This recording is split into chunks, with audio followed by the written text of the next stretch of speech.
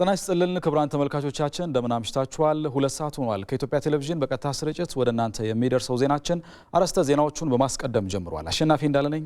አብራችን ቆዩ። አስተማር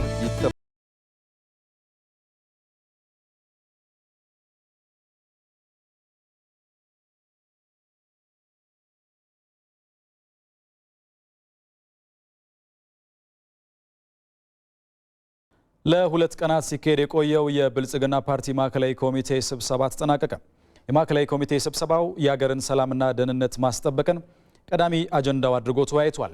የመንግስት ዋናው ኃላፊነት የህዝቡን ደህንነት ማስጠበቅና ሰላምን ማስከበር በመሆኑ የአመራር ቁርጠኝነት እንደሚያስፈልግም በአጽንኦት ተነስቷል። ለ2 ቀናት የቆየው የማዕከላዊ ኮሚቴ ስብሰባው ሲጠናቀቅ አባላቱ የችግኝ ተከላ መርሃ ግብርም አድርገዋል። ዘገባው የሪፖርተራችን አስማረ ብርሃኑ ነው።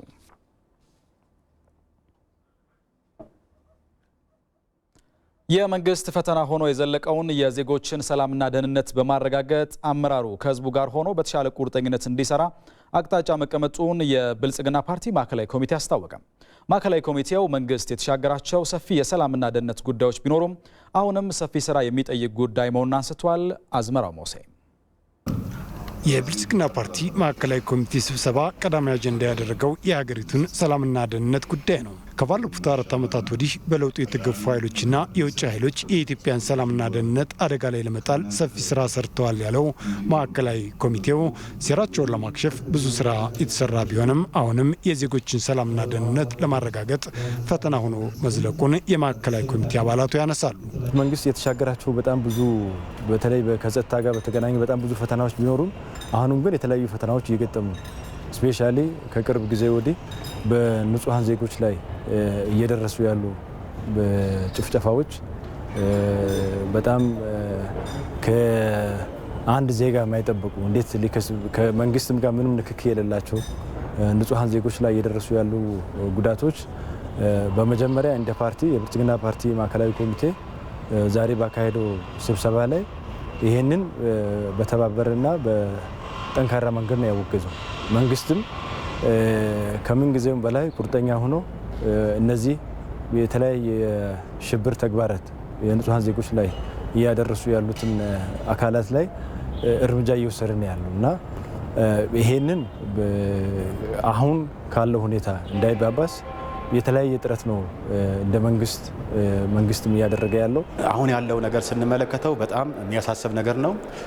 እየተደጋገመ ያለ የዜጎች ግድያ፣ በጣም ጭካኔ የተሞላበት ሞቶችን እያየን ያለ ነውና አዛውንቶች ሳይቀሩ ሴቶች ሳይቀሩ ህጻናት ሳይቀሩ እየተገደሉ ነው ያሉት። ይህንን በሚገባው ደረጃ ቁርጠኛ ሆነን በደንብ ስራ መስራት እንዳለብንም አይተናልና ሰፊ ስራ ይፈልጋል ለማለት ነው። መንግስት የዜጎችን ሰላምና ደህንነት ለማስከበር የተሰጠውን ኃላፊነት መወጣት ግዴታው ነው የሚሉት የማዕከላዊ ኮሚቴ አባላቱ የዜጎችን ሰላምና ደህንነት የሚነሱ ኃይሎችን መስመር ለማስያዝ አቅጣጫ ስለመቀመጡም ይናገራሉ። የመንግስት ትልቁ ዋና ኃላፊነት ህግና ስርዓት የማስከበር ነው። አሁን የህዝባችን ሰላም ደህንነት እያደፈረሰ ያለው የነዚህ የጥፋት ኃይሎች ለማስወገድ ሲባል ከህግ በላይ ማንም ስለሌለ ሁሉም ሰው መንግስትም ቢሆን ከህግ በላይ ስለማይሆን መንግስት በመጀመሪያ ደረጃ የህግ የማስከበር ስራ እንዲሰራ በሙሉ አቅሙ ወይም ሁሉም አቅጣጫ የሰጠበት ሁኔታ ነው ያለው። ለምን በዚሁ የህግ የማስከበር ስራ ወይም ኦፕሬሽን ላይ የአሁኑ ለውጥ የማይፈልጉ ኃይሎች ወይም የጥፋት ኃይሎች የምንላቸው ወይ ወደ ህግ እንዲመጡ ወደ መስመር እንዲመጡ ወደ ህግ መስመር ማምጣት የማይችሉ ከሆነ አስፈላጊ እርምጃ እንዲወሰድባቸው መንግስት የተለያዩ አቅጣጫዎች ያስቀመጠበት ሁኔታ ነው ያለው። ይሄኛው እንግዲህ ያለ ምህረት መስራት እንዳለበት ነው በጣም አብርሮ ነው የተናገረው። በተለይ ማዕከላዊ ኮሚቴው ያስቀመጠው አቅጣጫ የህግ የበላይነትን ማስከበር ቁልፍ ተግባራችን ነው። የተሰሩ ስራዎች እንዳሉ ሆኖ አሁንም ቀጣይም ደግሞ በተለይ ኢመደበኛ የሆኑ አደረጃጀቶችን እነዚህን የህግ የበላይነትን ከማስከበር እነሱን ስርዓት እንዲይዙ ከማድረግ አንጻር መንግስት ብቸኛ ኃይል ተጠቃሚ ሆኖ ይህን ህግ ማስከበር አለበት የሚል አቅጣጫ አስቀምጧል። በኢትዮጵያ ፈተና ሆኖ የዘለቀውን የሰላምና ደህንነት ጉዳይ እልባት ለመስጠት የአመራር ቁርጠኝነት የመንግስትና ህዝብ ተናቦ መስራት ይገባል የሚለው ማዕከላዊ ኮሚቴው ፓርቲው የሰላምና ደህንነት ጉዳይን ቀዳሚ አጀንዳ አድርጎ ሰፊ ስራ እየሰራ ስለመሆኑም ይገልጻሉ። እንደ ብልጽግና ፓርቲ የሰላምና ደህንነት ጉዳይ ዋነኛ አጀንዳችን ነው። የመንግስት ቁልፍ ስራ ነው። መንግስት የዜጎችን ደህንነት ማረጋገጥ አለበት፣ የህግ የበላይነትን ማረጋገጥ አለበት። ከዚህ አኳያ ግልጽ የሆኑ አቅጣጫዎችን አስቀምጠናል። የተጀመሩ ስራዎችም አሉ። በተለይም አሁን ችግሩ በተከሰተባቸው አካባቢዎች በጣም ትልልቅ ኦፕሬሽኖች ሊሰሩ ያሉት በዚህም አበረታች ውጤት እየተገኘ ነው ያለው። ከዚህም ባለፈ እንግዲህ ሰፊ የፖለቲካ ስራ ያስፈልገዋል። በተለይም ህዝብን ባለቤት የማድረግ ሁልጊዜ በወታደርና በፖሊስ ብቻ ሳይሆን የአካባቢው ነዋሪ አጠቃላይ አመራሩ ስለ ሰላምና ስለ ደህንነት አጠቃላይ ህዝቦቻችንን በወንድማማችነት በእኩልነት የሚያይ የሰላምን ዋጋ የሚረዳ የህግ የበላይነትን እንደ አንድ ቁልፍ ስራ የሚወስድ በዜጎች መካከል ያለውን የሞትና መፈናቀል በከፍተኛ ሁኔታ የሚጠላና የሚጸየፍ አመራር መፍጠር ይኖርብናል። አሁን እያጋጠመ ያለው የሰላምና ደህንነት ፈተና ሰፊ ስራ የሚጠይቅ ቢሆንም መንግስት መሻገር የሚችለው ችግር ስለመሆኑ ግን ማዕከላዊ ኮሚቴው ገልጿል። ባለፉት 4 ዓመታት በስፋት የለውጡ ስራዎች ተግባራዊ የተደረጉ ቢሆንም ለውጡ ወደፊት እንዳይራመድ እንቅፋቶች መኖራቸውን የብልጽግና ፓርቲ ማዕከላዊ ኮሚቴ አባላት ተናገሩ። በችግሮች ውስጥ እያለፈ ያለው ሀገራዊ ለውጥ በገለልተኛነታቸውና በብቃታቸው ዓለም አቀፍ እውቅና ያገኙ ተቋማት እንዲገነቡ ማስቻሉን የማዕከላዊ ኮሚቴ አባላቱ ተናግረዋል። የሰብአዊ መብት ኮሚሽንና ምርጫ ቦርድ ለውጥ ከታዩባቸው ተቋማት ቀዳሚ ተጠቃሾች ናቸው ብለዋል። ንብረት የተሆነ ተጨማሪ ያለው የኢትዮጵያ ፖለቲካ እያደገ የመጣውን የህዝብ ፍላጎት መመለስ ባለመቻሉ 2010 ላይ ለውጥ እንዲመጣ መደረጉን የብልጽግና ፓርቲ ማዕከላዊ ኮሚቴ አባላት ይናገራሉ። ወደ ለውጥ ከተገባ በኋላ ገለልተኛ ተቋማትን መገንባትና አካታች የሆነ የፖለቲካ ስርዓት መፍጠር ላይ ውጤት መመዝገቡን የማዕከላዊ ኮሚቴ አባላቱ ተናግረዋል። የዜጎች ነጻነትን፣ የፖለቲካ ተሳትፎን፣ ዲሞክራሲን በተመለከተ ከእሳቤ ጀምሮ በህግ ማዕቀፍ ደረጃ የመጣው ለውጥ ያ ደግሞ ወደ ተቋማትም ሄዶ በገለልተኛነታቸው፣ በነጻነታቸው፣ በብቃታቸው በዓለም አቀፍ ደረጃ ራሱ እውቅና ያገኙ የዲሞክራሲ ተቋማት እንደ ሰብአዊ መብት ኮሚሽን፣ እንደ ምርጫ ቦርድ መልሶ ማዋቀር የተቻለበት ከዚሁ ጋር ተያይዞ ደግሞ በአንጻራዊነት በሀገራችን ከታዩት ምርጫዎች ሁሉ የተሻለ ቅቡልና ያለው ነፃ የሆነ ፉክክር ያለበት ምርጫ መካሄዱ ከተቃዋሚ ፓርቲዎች ጋር አብሮ መስራት፣ ነፃና ዲሞክራሲያዊ ምርጫ ማድረግ ወዘተ የሚባሉትን ነገሮች ያኔ በ15 ቀን በወር ያደረግናቸው ነገሮች 2 ዓመት 3 ዓመት ወደሚጠይቁት ነገር ተሸጋግርን ማለት ነው። አሁን ምርጫው የዛሬ ዓመት ነው የተካሄደው። ቱካስ 3 years ማለት ነው። ብዙ እንትና ከፖለቲካ ፓርቲዎች ጋር አብሮ መስራት የሚባለውን ነገር ለማድረግ ባህል ለመቀየር ረጅም ጊዜ ወስዷል። አሁን ጭራሽ ከምርጫው በኋላ የፖለቲካ ፓርቲዎች ዛሬ የተቃዋሚ ፖለቲካ ፓርቲዎች ምርጫውን ሳያሸንፉ በፌዴራል ደረጃ 3 ሚኒስትርን ተቆጣጥረዋል። የካቢኔ አባላት ናቸው። ከ22 ውስጥ 3 ሚኒስትር ፖዚሽን የያዙ ናቸው ማለት። ይሄ ለ4 ዓመት የሰራ ነው ስራ አብረን መተማመን ስለሰራን ለጋራ ዓላማ ለሀገር ግንባታ ለሀገራችን ሕዝብ ህልውና አብረን ስለሰራን ዴቨሎፕ ያደረገው ነገር ነው። ለውጥ ከተጀመረ በኋላ አበረታች ውጤቶች መመዝገባቸውን የሚያነሱት የብልጽግና ፓርቲ ማዕከላዊ ኮሚቴ አባላት ሀገርን ፈተና ውስጥ የሚያስገቡ ችግሮች መከሰታቸውንም ይጠቅሳሉ። ለችግሮቹ ምንጭ ለውጥ የማይቀበሉ ኃይሎችን ተጠያቂ የሚያደርጉት የማዕከላዊ ኮሚቴ አባላቱ ለውጡ ወደፊት እንዳይራመድ ጥረት አድርገዋልም ይላሉ። ተግዳሮቶች ነበሩ። በርካታ ተግዳሮቶች ናቸው። ለጥ ያለ ሜዳ አልነበረ ጉዟችን በጣም ብዙ ምናልባትም ይሄ 4 ዓመት ያጋጠመው ነገር በኖርማል ጊዜ ሀገራችን ውስጥ በ40-50 ዓመት የሚያጋጥም ነገር ነው። በፍጥነት ብዙ ነገሮች ያጋጠሙ ወደ ሽብር ወደ ግጭት ተግባር የተሰማራ የፖለቲካ ቡድን እንዳለም ይታወቃል።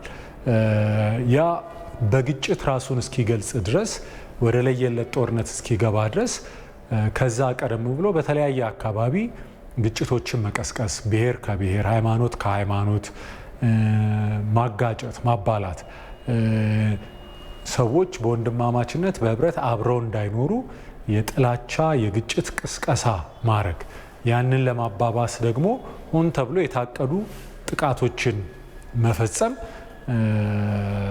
ታይቷል። ከ4 ዓመት በፊት ከተጀመረው ለውጥ በተቃርኖ የቆሙ ኃይሎች ኢትዮጵያን የሚፈትኑ ችግሮች ፈጥረዋል ያሉት የማዕከላዊ ኮሚቴ አባላቱ ለውጡ እንዲቀጥል ህግ የማስከበር ስራዎች ተጠናክረው ሊቀጥሉ ይገባል ብለዋል። ህግ መከበር አለበት። ሰው በመብቱ መንቀሳቀስ አለበት። ከመብቱ አልፎ ግን የሌሎችን መብት የሌሎችን በህይወት የመኖር የንብረት መብት የመልካም ስም መብት በሚጋፋ ሁኔታ የፖለቲካ እንቅስቃሴ ነው ሀሳቤን እየገለጽኩኝ ነው ወይ ፖለቲካ ዓላማ አለኝ ብሎ ጉልበት መጠቀም ግጭት መቀስቀስ ምናምን የመሳሰሉትን ነገሮች በተለያዩ አደረጃጀቶች የሚሄደው ከህግና ከስርዓት ያወጣ ነገር መስመር መያዝ አለበት። ማህበረሰብ ግንባታ ላይ የማህበረሰብ ትስስር ላይ ከምንም በላይ መስራት እንዳለብን የህግ የበላይነት ላይ መስራት እንዳለብን እዚህ ላይ ደግሞ የህግ የበላይነት ላይ የሚሆን የማህበረሰብ ትስስሩን ከማጠናከር አንጻር ፍጹም እህትማማችነት ወንድማማችነት እንዲኖር በመድረኮች ላይ ብቻ ሳይሆን በተግባር ከላይ እስከታች ያለው አመራር ከላይ እስከታች ያለው አባላችን ከላይ እስከታች ያለው ሁሉም የሚመለከተው አካል ብለን የምንለየው የለም። ሁሉም የየራሱ የማይተካ ድርሻና ሚና ስላለው እዚህ ላይ መስራት ይገባናል የሚል እንትናለን። የብልጽግና ፓርቲ የማዕከላዊ ኮሚቴ አባላቱ በኢትዮጵያ ዜጎች ተከባብረው ለሀገራቸው ለውጥ እንዲሰሩ የሚያስችል የፖለቲካ ስርዓት ለመገንባት የሚደረገው ጥረት ውጤታማ እንዲሆን ሁሉም የበኩሉን ሊወጣ ይገባል ብለዋል።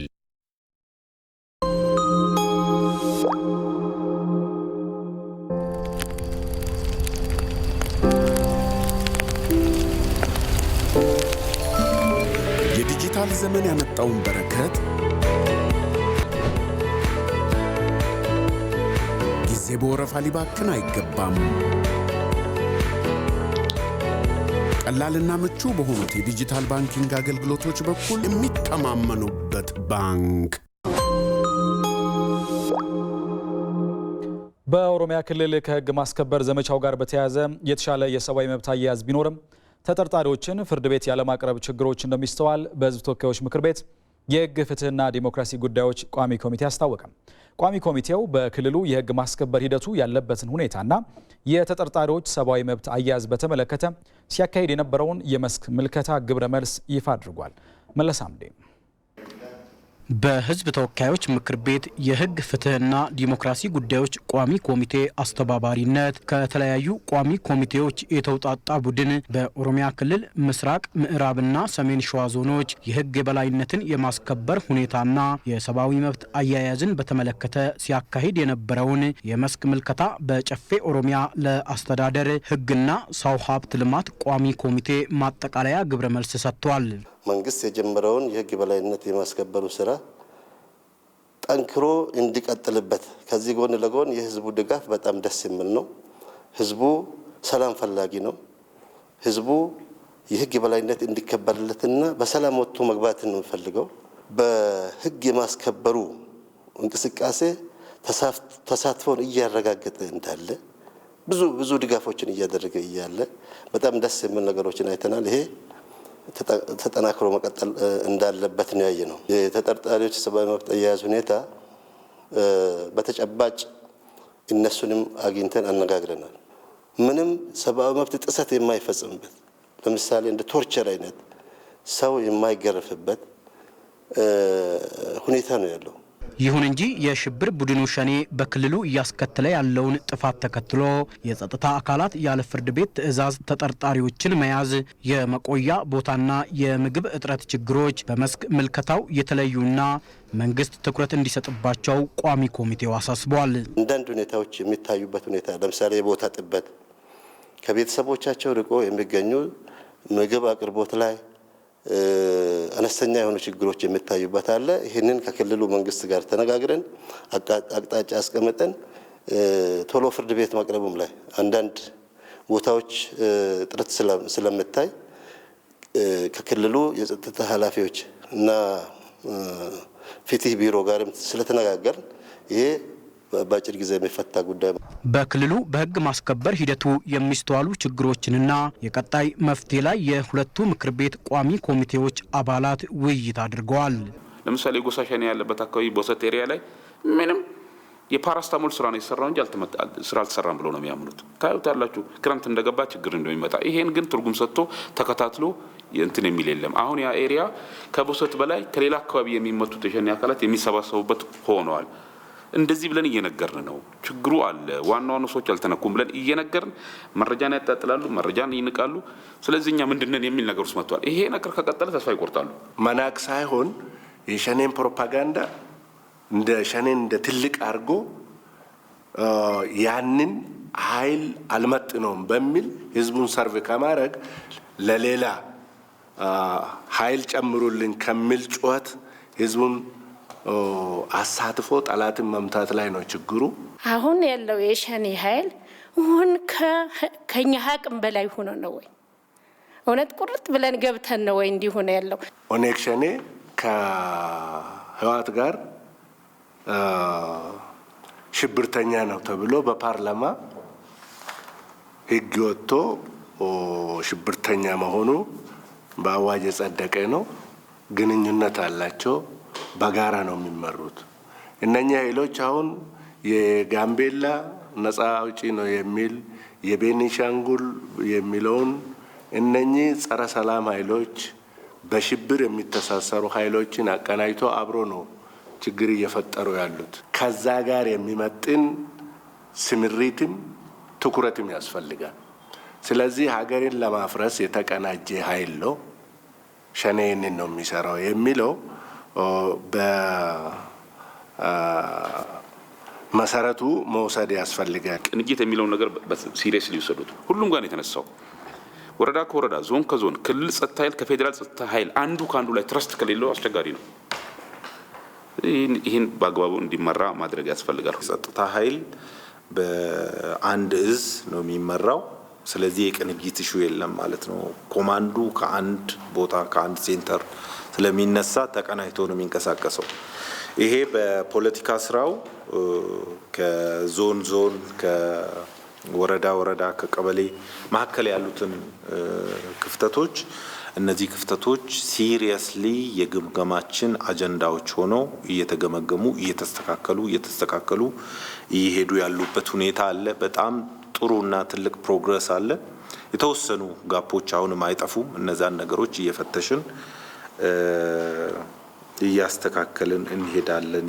በቋሚ ኮሚቴው የመስክ ምልከታ የተለዩ ጠንካራ አሰራሮችን በማስቀጠል በተጠርጣሪዎች ሰብአዊ መብት አያያዝ በኩል የሚስተዋሉ ችግሮችን በቅንጅት መፍታት የሕግ የበላይነትን ለማስፈን እንደሚያግዝ በውይይቱ ተገልጿል። በተያዘም በኦሮሚያ ክልል የአሸባሪው ሸኔ ላይ እየተካሄደ ባለው የተቀናጀ ጥቃት በቡድኑ ተይዘው የነበሩ ቦታዎች ነፃ እየወጡ መሆናቸውን የኦሮሚያ ፖሊስ ኮሚሽነር አራርሳ መርዳሳ ተናግረዋል።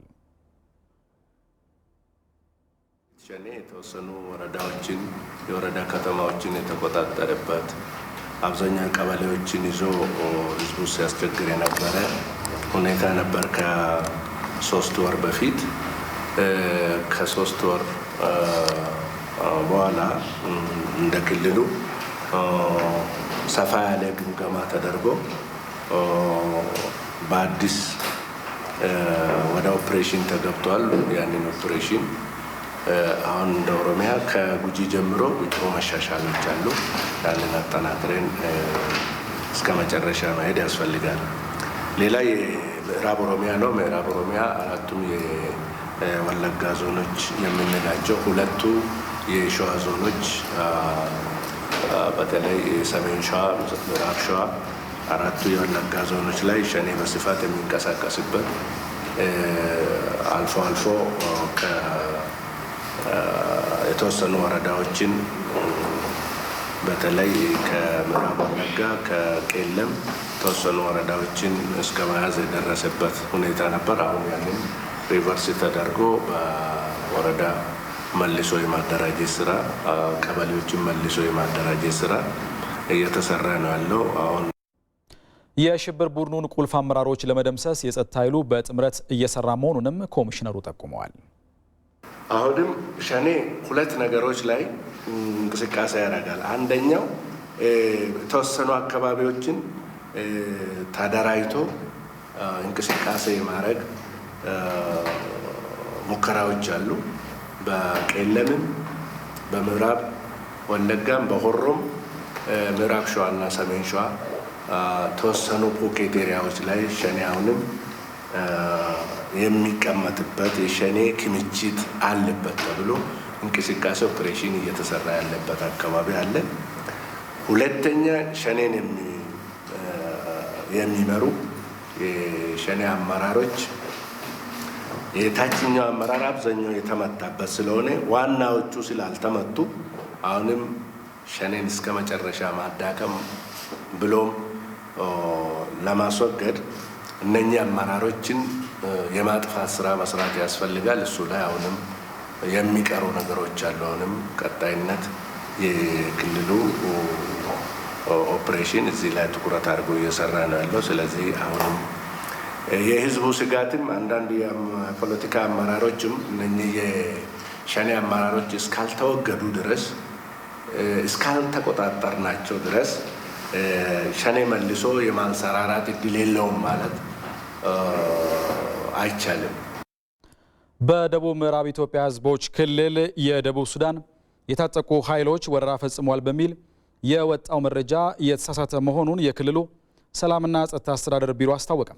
የሪፖርተር ጋዜጣ በሰኔ 19 2014 እትሙ የደቡብ ሱዳን የታጠቁ ኃይሎች በደቡብ ምዕራብ ኢትዮጵያ ህዝቦች ክልል ወረራ ፈጽሟል ብሎ ያወጣው ዘገባ ስህተት እንደሆነና የደቡብ ሱዳን የታጠቁ ኃይሎች በደቡብ ምዕራብ ኢትዮጵያ ህዝቦች ክልል የፈጸሙት ወረራ እንደሌለ የክልሉ ሰላምና ጸጥታ አስተዳደር ቢሮ ኃላፊ አቶ አንድነት አሸናፊ ገልጸዋል። አቶ አንድነት አሸናፊ በመግለጫቸው ክልሉ እንደወትሮው በሁሉም አቅጣጫ ሰላም እንደሆነ ጠቅሰው በደቡብ ምዕራብ ኢትዮጵያ ህዝቦች ክልል ምዕራብ ኦሞ ዞን ሱርማ ወረዳ ከደቡብ ሱዳን ጋር የሚያዋስን አካባቢ በመሆኑና በሁለቱም አካባቢዎች ያሉ የማህበረሰብ ክፍሎች አርብቶ አደር ስለሆኑ በግጦሽ ሳርና በውሃ ምክንያት አልፎ አልፎ ግጭትና ዝርፊያ ይፈጸማሉ ብለዋል። አሁንም በአካባቢው የተስተዋለው በአርብቶ አደሮች የአኗኗር ባህሪ የተከሰተ ግጭትና አለመግባባት መሆኑን ገልጸው የደቡብ ምዕራብ ኢትዮጵያ ህዝቦች ክልል እንደ ክልል ከመደራጀት በፊትም የነበረ እንደሆነ አቶ አንድነት አብራርተዋል። አቶ አንድነት አሁን የአገሪቱን ወቅታዊ ሁኔታ በማሳበብ የሪፖርተር ጋዜጣ በሰኔ 19 2014 እትሙ ያወጣው ዘገባ ከነባራዊ ሁኔታ ካውዱ ያፈነገጠ እንደሆነና መታረም እንደሚገባውም ገልጸዋል። በድንበር አካባቢ የሚፈጠረውን ግጭትና አለመግባባትን የፌዴራልና የክልል መንግስት ከደቡብ ሱዳን መንግስት ጋር በውይይት ለመፍታት እንደከዚህ በፊቱ ሰፊ ስራዎችን እየሰራ እንደሚገኝም አቶ አንድነት ተናግረዋል። የህዝቡን ደህንነትና ሰላም ማስጠበቅ የክልሉ መንግስት ቀዳሚ ተግባር ስለሆነ የክልሉን ህዝብና የጸጥታ ኃይሉን በማስተባበር በትኩረት እየሰራ እንደሆነም ተገልጿል። በክልሉ በሁሉም አካባቢዎች በአንጻራዊነት የተረጋጋ ሰላም እንዳለ የገለጹት አቶ አንድነት አሸናፊ ሰላም ለሁሉም ስለሚተርፍ ሁሉም የክልሉ ህዝብ ከጸጥታ አካላት ጋር በመቀናጀት የአካባቢውን ሰላም እንደሚያስጠብቅና ለጽንፈኛ ኃይሎች አጀንዳ ጆሮ መስጠት እንደሌለበትም አሳስበዋል። ኢትዮጵያ መጀመር ብቻ ሳይሆን መጨረስ የምትችል ሀገር መሆኗን፣ ኢትዮጵያ መጀመርና መጨረስ ብቻ ሳይሆን ትላልቅ ነገር የመጀመርና የመጨረስ ትልሞቿን የምታሳይበት፣ ለራሷ የምትማርበት፣ ለዓለም የምታስተምርበት መድረክ ነው። ከ20 ቢሊዮን በላይ ችግኞች በ4 ዓመት በመትከል ከ5000 ሜጋዋት በላይ ማመንጨት የሚችል ግድብ በመገደብ ማንም ሌላ ሀገር የተለየ ድጋፍ ሳያደርግላት ትላልቅ ነገር በዚህ አህጉር ጀምራ መጨረስ የምትችል መሆኗን እያሳየች ነው።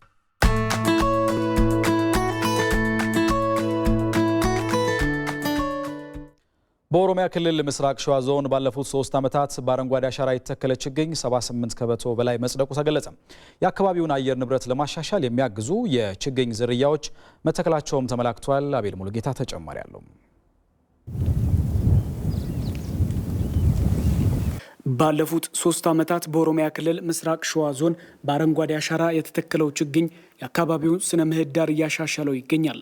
በዞኑ የሚገኘው ሉሜ ወረዳ ተራቁተው የነበሩ ከ30 በላይ ቦታዎችን እንክብካቤ በማድረግ መሰራቱንና ለውጥ ማሳየቱንም የሉሜ ወረዳ ግብርና ጽሕፈት ቤት ምክትል ኃላፊ አቶ ገለታ ጢቆ ተናግረዋል። በተደጋጋሚ ውሃ እንዲጠጣ ተደርጓል ማለት ነው። የተከለው እያንዳንዱ ችግኝ አሁን አባት አለው ማለት ነው። ይሄ አባት አለው። ያ አባትየው ይንከባከባል፣ ይኮተኩታል፣ ያጠጣል፣ ይከታተላል።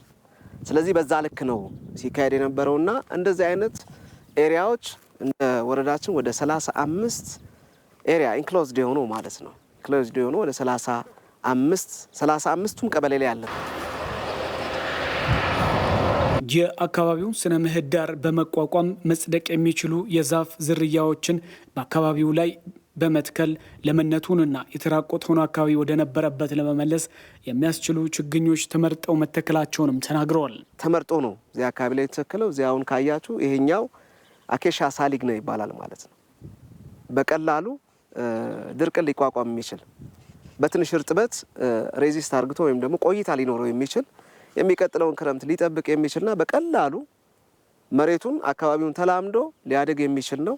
ቀጥሎ ካደገ በኋላ ደግሞ እነዚህ የምታያችን ቅጠሎቹን ያራግፋል። የሚያራግፈው ደግሞ ዲኮምፖዝ ይሆናል ማለት ነው። እዚህ አካባቢ ላይ የአፈሩን ለምነት ይጨምራል። በዞኑ ከዚህ ቀደም የተተከሉ ችግኞች የጽድቀት መጠን አበረታች መሆኑንም የዞኑ ግብርና ጽሕፈት ቤት ምክትል ኃላፊ አቶ አብነት ዘገየ ተናግረዋል። በአረንጓዴ አሻራ ተከላ የተተከለ ችግኝ በዞኑ ያለውን የደን መጠን እያሳደገ መሆኑንም ተገልጿል። 3 ዓመት የተከልነውም ስናይ ያለው የጽድቀት መጠን ወይ ሰርቫይቫል ሬቱ ከፍተኛ ነው። ያን ደግሞ እንዲሆን ያደረገው አንደኛ ህዝቡ የነበረውን የአረንጓዴ አሻራ ስራ አምኖን የገባበት ከዛ ጋር ተያይዞ የአምናውን ብናይ መጀመሪያ ላይ ልክ ጥቅምት ላይ መጀመሪያ ስንፈትሽ 87% የጽድቀት መጠናን ያሳያል። ግን የዝናቡ እጥረት እየገፋ በሄደ ቁጥር አሁን ወደ 78% የሚሆነው በዞናችን አምና የተተከለው ችግኝ የጽድቀት መጠኑን ያሳያል ማለት ነው። ያ ማለት ከጊዜ ወደ ጊዜ የደን ሽፋናችንም የዞናችን እየጨመረ ነው ያለው።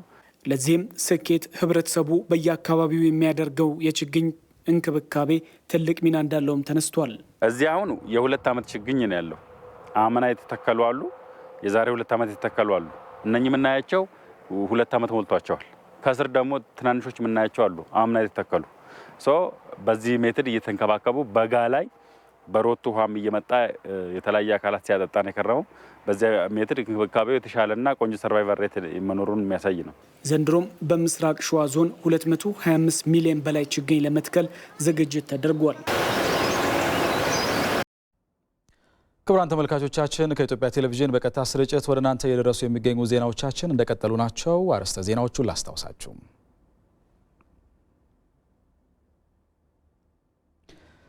የመንግስት ፈተና ሆኖ የዘለቀውን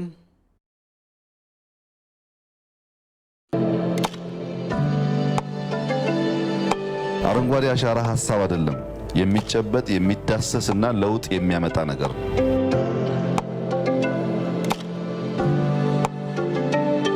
በ4 ዓመት ውስጥ 20 ቢሊዮን ችግኝ ለመትከል አቅደን በ3 ዓመት ውስጥ ከ18 ቢሊዮን በላይ ችግኞች መትከል ችለናል።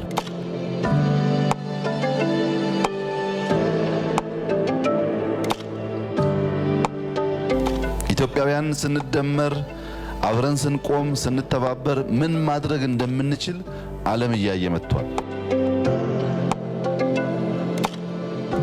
በግሪን ሌጋሲ ያረጋገጥነውን ድል ያሳየነው ውጤት በሁሉም በገጠሙን ፈተናዎች እናረጋግጣለን።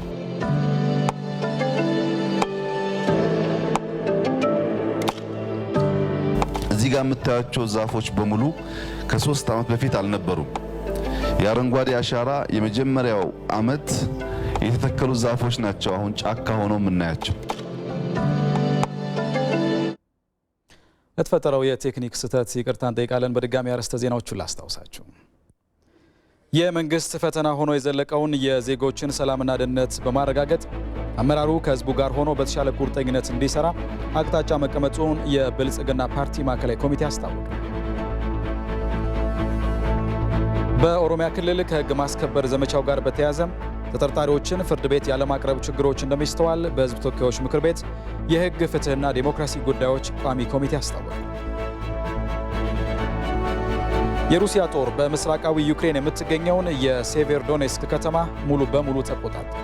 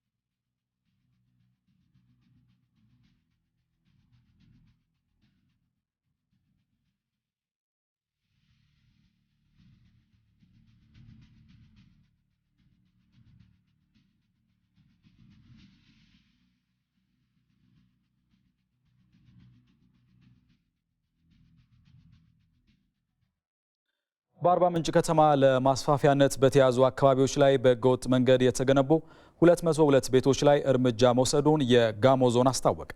የመሬት ወረራን መተዳደሪያቸው ያደረጉ ደላላዎችና በመንግስት ተቋማት ውስጥ ህገወጥ አሰራሩን የሚያመቻቹ አካላት ለችግሩ ምክንያት መሆናቸው ተገልጿል። ሚካኤል ገዙ።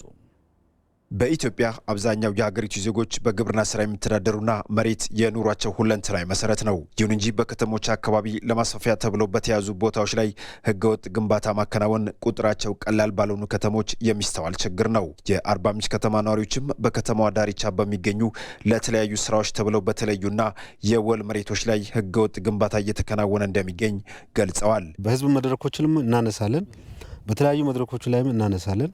ነገር ግን ህገወጡ አሁን ላይ መከላከል ከማይችሉት ደረጃ ላይ ደርሷል። ይሁን እንጂ ቢሆንም መንግስት ነውና አርሞ መሄድ የሚገባቸው ጉዳዮች አሉ። ለምን ብንል ህገወጡ በጣም ተጠናክሮ ሲሄድ መወሰድ የሚገባው እንደ ከተማ አስተዳደርም እንደ ዞንም ብቻ ሳይሆን እንደ ክልልም እርምጃዎች መወሰድ ነበረባቸው። ክፍት መሬቶች ናቸው፣ ምንም ነገር የሌለባቸው በአጭር ጊዜ ውስጥ ነው እንደዚህ አይነት ግንባታዎች የተገነቡትና የመሬት ወረራን መተዳደሪያቸው ያደረጉ ደላላዎችና በመንግስት ተቋማት ውስጥ ህገወጥ አሰራሩን በመደገፍ የሚያመቻቹ አካላት መኖራቸው ለችግሩ ምክንያት መሆናቸውንም ተናግረዋል። አሁን ደላላው ነው እያስተዳደረ ያለው እንጂ ከተማ አስተዳደሩ አይደለም። ህገወጥ የት ጋር እንዳለ ማን መግዛት እንዳለበት እንዴት እንደሚሸጥ እንዴት እንደሚያዛውር እስከዛ ድረስ ነው። እዚህ ጋር አሁን ህገወጥ የተሰራው መጀመሪያ የገዛው ሰው ብቻ አይደለም ያለው፣ ዞሮ መልሶ ሽጦ ቢያንስ 3-4 ደረጃ የደረሰበት ሁኔታ እንዳለ እንገነዘባለንና ትልቁ ህገወጥነቱን ለመከላከል በጣም ህጋዊ እርምጃ አስተማሪ የሆኑ እርምጃዎች መወሰድ አለባቸው። እየሰፋ የመጣውን የመሬት ወረራና በዘርፉ የሚስተዋለውን ስርዓት አልበኝነት ለማስቆም እየተሰራ እንደሚገኝ የጋሞ ዞን ከተማ ልማትና ኮንስትራክሽን መምሪያ ገልጿል። የመምሪያው ኃላፊ አቶ አለማየሁ አበራ በተያዘው ዓመት ብቻ 202 ህገወጥ ግንባታዎች ላይ እርምጃ ተወስዷል ብለዋል። እዚህ አካባቢ ከተማ አስተዳደሩ በዘንድሮ ዓመት ብቻ 202 ግንባታዎችን ከዚህ አካባቢ አንስተዋል። አሁን እንደሚታየው የተወሰኑ ደግሞ አሁንም መነሳት ያለባቸው ግንባታዎች አሉ። ያው ቅርብ ጊዜ ይሄን እርምጃ እንወስዳለን ብለን እናስባለን። የአርባ ምንጭ ከተማ ከንቲባ አቶ ማርቆስ ማቴዎስ የመሬት ወረራ ሲፈጸም ኃላፊነታቸውን ባልተወጡ በየደረጃው ያሉ አመራሮችና ባለሙያዎች ላይ ህጋዊና አስተዳደራዊ እርምጃ እየተወሰደ እንደሚገኝ ተናግረዋል። በአንድ በኩል አመራሩም ያለበት ባለሙያም ያለበት ደላላውም ያለበት በጣም ሰፊ ሰንሰለት ነው። እርምጃ ሲንወስድ ማፍረስ ብቻ ሳይሆን ህገወጥ ቤቱን እናፈርሳለን። በባለሙያም አመራርም እጃቸው ካሉበት እርምጃ የመውሰድ ከህግም ጋር ተገናኝተው በክስ ሂደት ላይ ያሉ ፍርድም ያገኙ እነዚህ በህጋዊም አስተዳደራዊም ፖለቲካዊም 3 እርምጃዎችን እየወሰድን እየሄድን ነው የምንገኘው።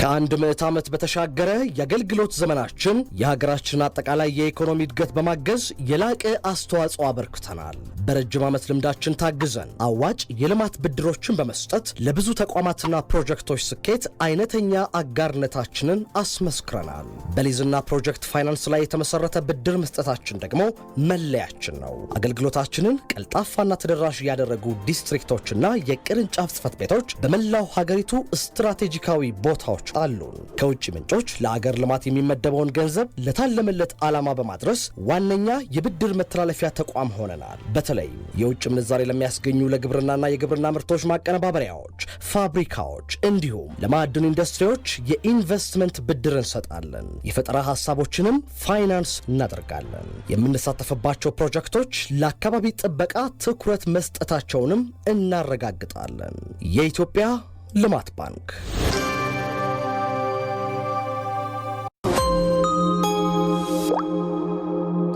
ወደ ውጭ ዜና አልፈናል። ሶማሊያ ሐምዛ አብዲ ባሬን አዲሱ